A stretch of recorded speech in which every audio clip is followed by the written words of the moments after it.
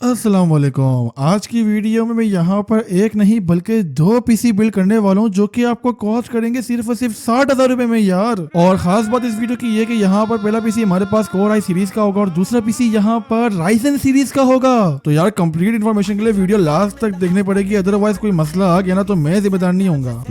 तो अगर चैनल को न्यू हो तो फटाफट से कर दो चैनल को सब्सक्राइब और साथ ही बने बेल आइकन को कर दो प्रेस यार, और इसके अलावा कर दो भाई को इंस्टाग्राम पे फॉलो। तो चलिए स्टार्ट करते हैं आज किस कमाल की वीडियो को। Jobless, Zaiam, the tech mastermind, fixing PCs one video at a time. From Lahore to Islamabad, we're taking over.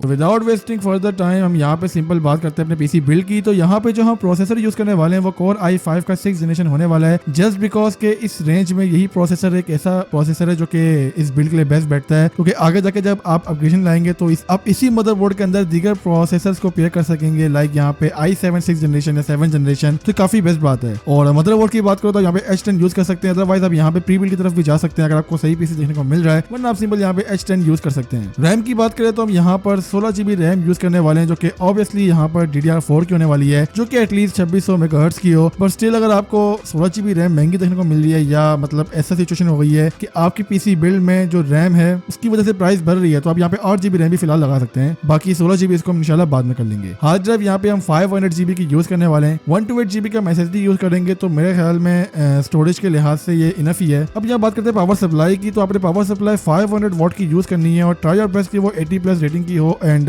Power supply किसी अच्छी ब्रांड की हो, क्योंकि मेन चीज ही पावर सप्लाई, अगर इससे मसला आ गया तो पीसी खराब हो सकता है। एंड केस की बात करें तो यहाँ पे सिंपल नॉर्मल केस पेयर करने वाला है, क्योंकि शशके की तरफ जाएंगे तो स्पेक्स यहाँ पे कम हो जाएंगे। अब प्राइस की बात करें तो ये पीसी आपको अराउंड 32 लेके 32,000 रुपीज तक का मिल जाएगा, और यही प्राइस टैग है इसकी यार, मैक्सिमम 33 यार, इससे ऊपर ये नहीं प्राइस जाएगी। अगर तो 16 GB रैम है तो मे भी आपको 35,000 रुपए कॉस्ट कर ले, बट बाकी जो स्पेक्स हैं, जो प्राइस हैं, जो मैं आपको बता रहा हूँ इंशाल्लाह उतनी ही होंगी। Now we have to choose graphics card, and graphics card के लिए जो सबसे बेस्ट ऑप्शन बचता है वो हमारे पास RX 588 GB है। बट इशू ये है कि यार ये ग्राफिक कार्ड थोड़ा माइंड वाला मार्केट में ज्यादा इन है, हम माइंड भी कह सकते हैं क्योंकि इसकी परफॉर्मेंस काफी ज्यादा बेस्ट थी, तो माइनर्स ने इसको काफी तादाद में यूज किया है। इसके अलावा भी बहुत से ग्राफिक्स कार्ड है जो माइनिंग के लिए यूज होते आए हैं और होते रहे हैं, लेकिन वो इतना तो घिसते ही नहीं है जितना RX 580 घिस चुका है आज के टाइम पे। तो इसको बाय करते हुए आपने सोचना है, अच्छी तरह देखना है कि किस तरह बाय करना है। अगर नहीं समझ आ रहा कि किस तरह बाय करना है तो मैंने अपने यहाँ पे आई कार्ड में बाकी जगह पे भी लिंक शेयर कर दूंगा, आप देख सकते हो मेरे चैनल पे जाके कि मैंने बहुत सी वीडियोस बनाई हुई हैं जिनमें ग्राफिक कार्ड चाहे आप OLX से बाय कर रहे हो या फिर आप ऑनलाइन बाय कर रहे हो, आपको समझ में आ जाएगा कि आपने किस तरह ग्राफिक कार्ड को बाय करना है। वेल यहाँ पे आप RX 588 GB यूज कर सकते हैं, अगर आपको नेक्स्ट लग रहा है तो आप यहाँ पे सिंपल GTX 964 GB यूज कर सकते हैं, ये भी एक अच्छा ग्राफिक कार्ड है। 970 में भी आपको प्राइस थोड़ी ऊपर कॉस्ट करवा दे, अगर आपको वो भी मिल सकता है तो आप सिंपल इसको ही पे कर दें। लास्ट में जो हमारे पास ऑप्शन बचता है वो GTX 1063 GB, और ये ग्राफिक कार्ड भी काफी बेस्ट है इस पीसी को लेकर, और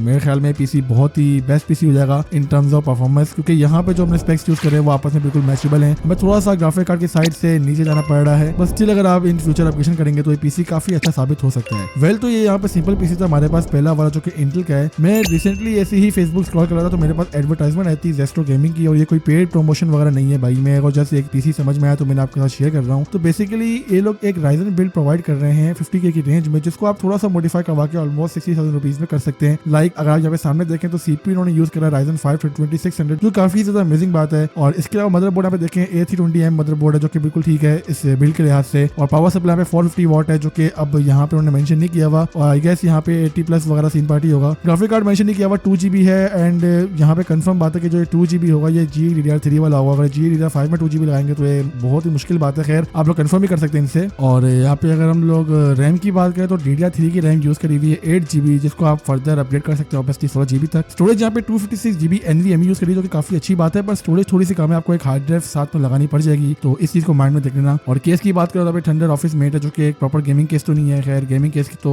बिल्कुल भी नहीं है, और RGB फैंस तो ऑब्वियसली केस लगते नहीं है, तो शायद इसलिए अवेलेबल नहीं है। And operating system obviously Windows 10 pro दे रहे हैं, जो कि इतना मैटर नहीं करता। खैर जो भी है, ये एक पीसी ऐसा है जो कि मेरे नजदीक इस प्राइस टैग में ठीक है, 50,000 की रेंज में। अगर तो आप इनको 60,000 रुपए दे दें तो माइट भी पॉसिबल यहाँ पे 2 GB जो ग्राफिक कार्ड है ये कोई GDDR5 वाला लग जाए, और आप यहाँ पे सिंपल रैम को भी कर सकते हैं। तो मेरे नजदीक ये एक डिसेंट पीसी है यार, मतलब राइजन सीरीज में आप पेयर करना चाहें तो ले सकते हैं, बाद में आप ग्राफिक कार्ड और अच्छा पे कर देंगे तो आपको और अच्छी परफॉर्मेंस देखने को मिल जाएगी। तो इस पीसी को भी आप कंसीडर कर सकते हैं, इसी सेम स्पेक्स के आपको मार्केट में भी ये पीसी मिल सकता है, तो आप जरूर इस चीज को देख सकते हैं। बाकी मेरी तरफ से यही दो बिल्ड्स थी, तो आप कमेंट करके बताएं कि आपको दोनों में से कौन सी बिल्ड ज्यादा बेहतर लगी है। इसके अलावा जो मैं थोड़ी देर पहले बकवास कर रहा था कि यार आपने ग्राफिक्स कार्ड किस तरह बाय करना है, चाहे वो OLX से हो या मार्केट से हो, तो यही वीडियोस है यार जो सामने शो हो रही है, जाओ देखो।